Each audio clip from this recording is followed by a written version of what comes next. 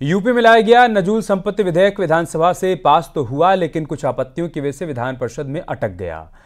नजूल विधेयक विधान परिषद में प्रवर समिति को भेजा गया है। प्रवर समिति जब अपनी रिपोर्ट सौंपेगी तो उसके बाद ही इस पर कोई फैसला लिया जाएगा। बीजेपी विधायक हर्षवर्धन वाजपेयी और सिद्धार्थनाथ सिंह ने भी विधेयक का विधानसभा में विरोध किया था। विधान परिषद में डिप्टी सीएम केशव प्रसाद मौर्य ने नजूल संपत्ति विधेयक को पास कराने का प्रस्ताव रखा था, लेकिन विधान परिषद में बीजेपी प्रदेश अध्यक्ष और एमएलसी भूपेन्द्र चौधरी ने इसे प्रवर समिति में भेजने की मांग की। अब प्रवर समिति 2 महीने में रिपोर्ट देगी।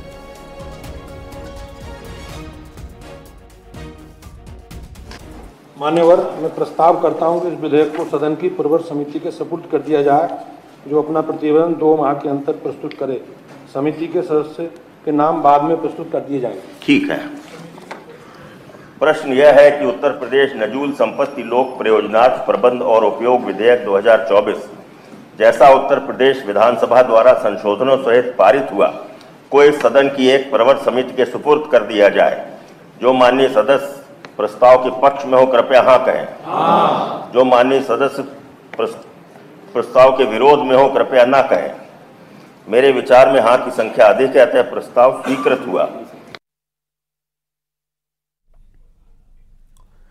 वहीं बीजेपी की सहयोगी अपना दल एस की नेता और केंद्रीय मंत्री अनुप्रिया पटेल ने इस विधेयक को तत्काल वापस लेने की मांग की है।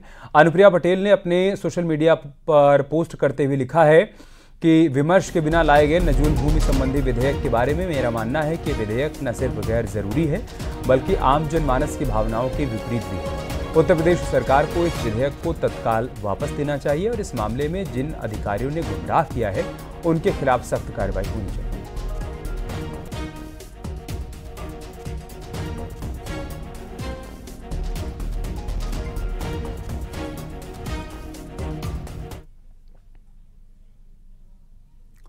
वहीं अखिलेश यादव ने इस मसले पर निशाना साधा। सोशल मीडिया प्लेटफॉर्म एक्स पर लिखा, नजूल की जमीन विधेयक दरअसल भाजपा के कुछ लोगों के व्यक्तिगत फायदे के लिए लाया जा रहा है, जो अपने आसपास की जमीन को हड़पना चाहते हैं। गोरखपुर में ऐसी कई जमीनें हैं जिन्हें कुछ लोग अपने प्रभाव क्षेत्र के विस्तार के लिए हथियाना चाहते हैं।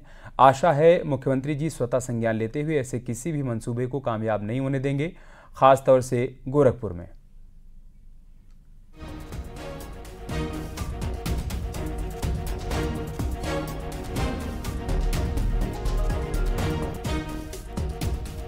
तो अखिलेश यादव ने भी निशाना साधा है सरकार पर। उन्होंने कहा कि प्रभाव से जमीन हथियाने की कोशिश की गई है। इसके जरिए बीजेपी के कुछ लोगों के लिए ये बिल लाया गया, व्यक्तिगत फायदे के लिए ये बिल लाया गया, लिहाजा इसे हर हाल में वापस लिया जाना चाहिए।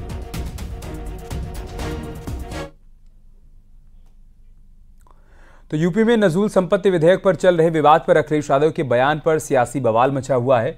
आरएलडी सांसद राजकुमार सांगवान का बयान आया है। उन्होंने कहा कि अगर कोई कमी रह गई होगी तो उसे दुरुस्त किया जाएगा। रही बात विपक्ष की, तो विपक्ष का काम आलोचना करना है। इसके अलावा विपक्ष और कर भी क्या सकता है। योगी जी की सरकार है और योगी जी के रहते कोई चीजें संपत्तियां हड़प ले जाएं, ये तो संभव नहीं है।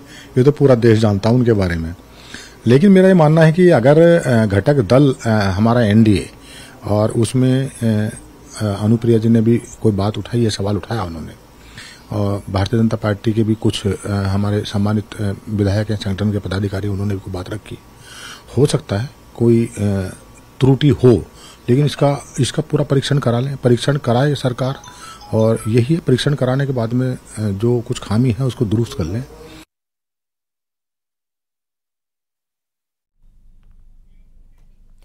पूर्व कांग्रेस नेता आचार्य प्रमोद कृष्णम ने इशारों में समाजवादी पार्टी पर निशाना साधा। सोशल मीडिया प्लेटफॉर्म एक्स पर उन्होंने नाबालिग से गैंगरेप को लेकर विपक्षी नेताओं पर सवाल खड़े किए।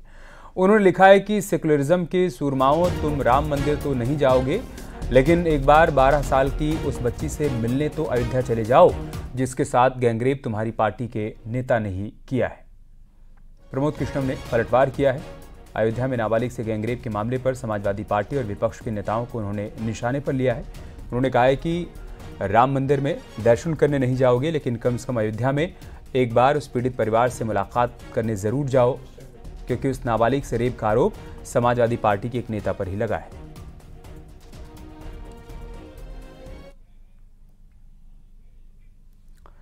दिल्ली में बीजेपी के सांसद जगदम्बिका पाल ने राहुल गांधी पर देश को गुमराह करने का आरोप लगाया। उन्होंने कहा कि राहुल गांधी संसद में झूठ बोलकर जनता को गुमराह कर रहे हैं। राहुल गांधी को अपनी जिम्मेदारी समझनी चाहिए। बीजेपी सांसद ने कहा कि मोदी सरकार मजबूत है।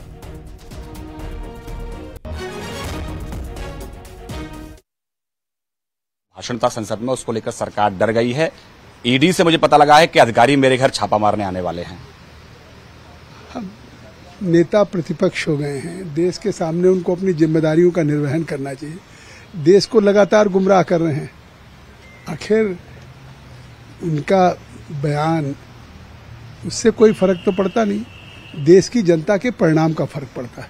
और देश की जनता ने 60 वर्षों के बाद एक जनादेश दिया कि तीसरी बार नरेंद्र मोदी जी के नेतृत्व में सरकार बनी, तो 5 साल तक ये टिकाऊ और स्थिर सरकार है, प्री पोल अलायंस है, और आगे विकसित भारत के उस संकल्प को पूरा करने के लिए जिस तरीके से 100 दिन की सरकार का रोड मैप है, उसे मोदी जी पूरा कर रहे हैं।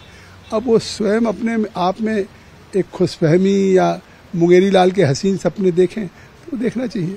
लेकिन सर, राहुल गांधी तो ये कह रहे हैं कि अब इस पूरे मुद्दे को कांग्रेस जो है वो संसद में भी उठाने जा रही है, जिस तरह से सरकारी एजेंसी का दुरुपयोग हो रहा है। देखिए, सरकारी एजेंसियां सब स्वतंत्र हैं, और सरकारी एजेंसी आज जब उनके खिलाफ, अगर राहुल गांधी या सोनिया के खिलाफ, आपने देखा है कि एसोसिएटेड जर्नल्स लिमिटेड जो एक ट्रस्ट था, फाउंडेशन था, उसमें अपने परिवार के सदस्यों को डाल करके उसको प्राइवेट फंड के रूप में कर लिया।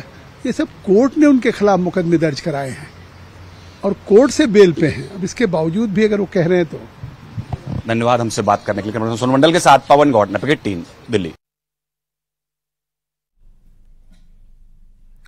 आजमगढ़ में अवैध कब्जे पर बुलडोजर एक्शन हुआ है। शहर के गुरुटोला मोहल्ले के लाल डिग्गी में कार्रवाई हुई है। आरोप के मुताबिक लोगों ने सरकारी जमीन पर घर बना लिया था, जिसे प्रशासन ने तोड़ दिया। प्रशासन ने पहले नोटिस दिया था, लेकिन उसके बाद भी लोगों ने अवैध कब्जा नहीं हटाया।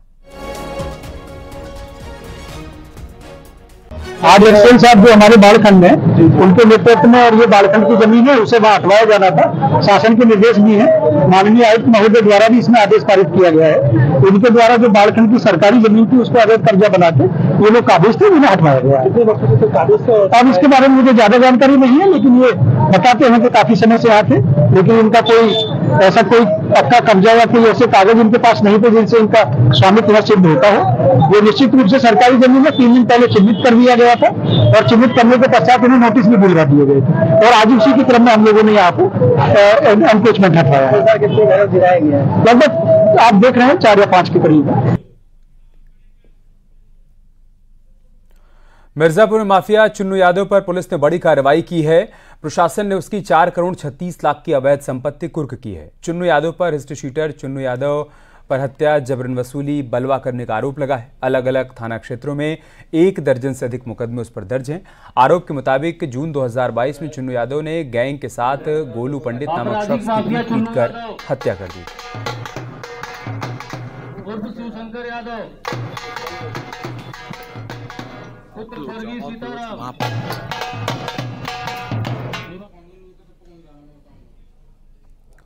हरदोई में पुलिस ने वकील कनिष्क मेहरोत्रा हत्याकांड में बड़ा खुलासा किया। पुलिस ने शूटर समेत 5 लोगों को गिरफ्तार किया। इसमें समाजवादी पार्टी के पूर्व जिला अध्यक्ष वीरेंद्र सिंह बीरे भी शामिल हैं। पुलिस के मुताबिक पैसे देकर वकील की हत्या करवाई गई थी। इस हत्याकांड में शामिल 2 शूटर अब तक फरार हैं। पुलिस के मुताबिक प्रॉपर्टी विवाद के चलते इस वारदात को अंजाम दिया गया था। वकील की हत्या के लिए शूटरों को 4 लाख रुपए देने का सौदा हुआ था। दरअसल एसपी जिला अध्यक्ष समेत 4 लोगों ने एक प्रॉपर्टी खरीदी थी, जिसमें वकील बतौर किराएदार रहते थे। ये लोग वकील पर घर खाली करने का दबाव बना रहे थे, लेकिन वो घर खाली करने को तैयार नहीं थे, और इसी को लेकर भाड़े के शूटरों से संपर्क किया गया, जिसके बाद शूटर्स ने अधिवक्ता के घर में घुसकर गोली मारकर उनकी हत्या कर दी।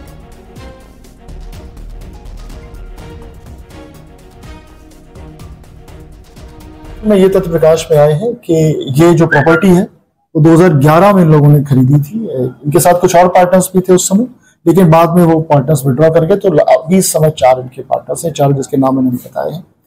इन लोगों का प्रयास ये था कि इस प्रॉपर्टी से जो भी टेनेंट है उन सबको खाली करवाना। तो इन्होंने प्रलोभन दे के, भय दिखा के कई टेनेंट्स को वहां से खाली करवा दिया था। जो ये वरिष्ठ अधिवक्ता थे, इन पर भी दबाव डाला जा रहा था कि ये अपना कमरा खाली करें। 2 कमरे में ये रहते थे, एक कमरे में, छोटे कमरे में ऑफिस बना रखा था, लेकिन उन्होंने खाली नहीं कर रहा था।